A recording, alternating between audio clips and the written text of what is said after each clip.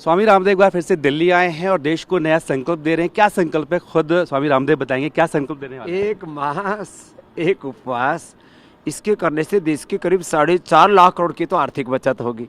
लोगों का शरीर बचेगा, लीवर, किडनी, हार्ट, ब्रेन सब हेल्दी होंगे। कैंसर से लोग बच जाएंगे, मोटापे से बच जाएंगे। जिसको देखो वही ऐसे मोटे मोटे जब लोगों को मैं देखता हूँ तो मुझे खुद ही डर लगता है कभी किसी इसको ब्रेन स्ट्रोक, हार्ट अटैक आदि ना हो जाए। Obesity is the main cause of all diseases.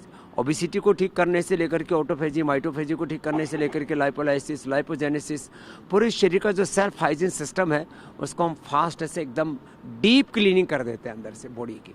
तो ये शरीर, इंद्रिय, चित्त, चेतना, आत्मा की शुद्धिकरण का एक बहुत बड़ा अभियान है। लोगों को एक भ्रांति है कि ज़्यादा खाएंगे ज़्यादा ताकत आएगी, कम खाओगे ज़्यादा ताकत आएगी। और मैं आपके सामने खड़ा हूँ, एक बार खाता हूँ, लगभग 25 सालों से तो मैंने फलाहारी किया है। तो कम खा करके ज़्यादा ताकत आती है, ज़्यादा प्रोडक्टिव, इनोवेटिव हम रहते हैं।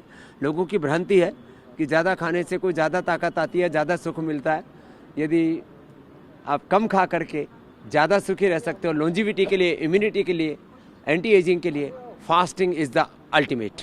जैसे आपने योग को घर घर तक पहुंचाया, विश्व पटल पे लेकर गए, इसको लेकर भी ऐसी योजना है? हमारे पूज्य अंतर्मना प्रसन्न सागर जी महाराज जी, उन्होंने तो 557 दिन का उपवास करके एक बहुत बड़ा विश्व कीर्तिमान बनाया। 496 दिन निर्जला उपवास करना 557 दिन में से, कंटिन्यू 15-15 दिन लगातार केवल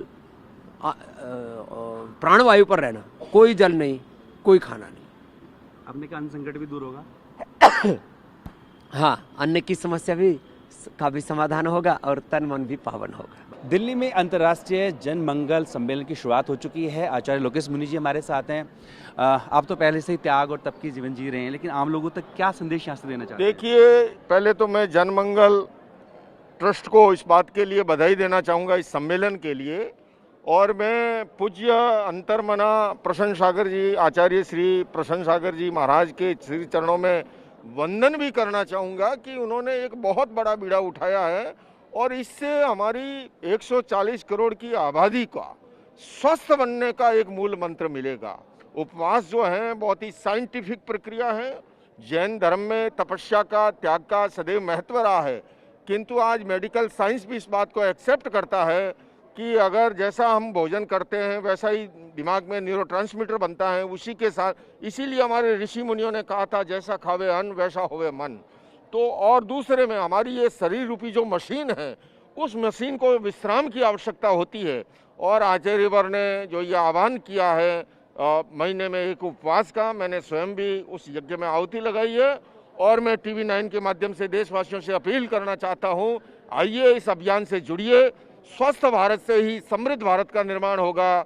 समृद्ध भारत के लिए, स्वस्थ भारत के लिए अंतर्मना आचार्यवर के इस आह्वान से हम सभी जुड़े। इन्हीं सब बिल्कुल, लोग स्वस्थ रहें, इसी के लिए हर माह एक उपवास का संकल्प जो है वो देश के लोगों को दिया जा रहा है, जिसके लिए तमाम जो संत हैं वो एक मंच पर जुटे हैं और लोगों को संदेश दे रहे हैं कि आप उपवास करेंगे तो आप स्वस्थ रहेंगे। वीडियो सहयोगी वीरेंद्र मौर्य के साथ जितेंद्र भाटी, टीवी 9 भारतवर्ष, दिल्ली।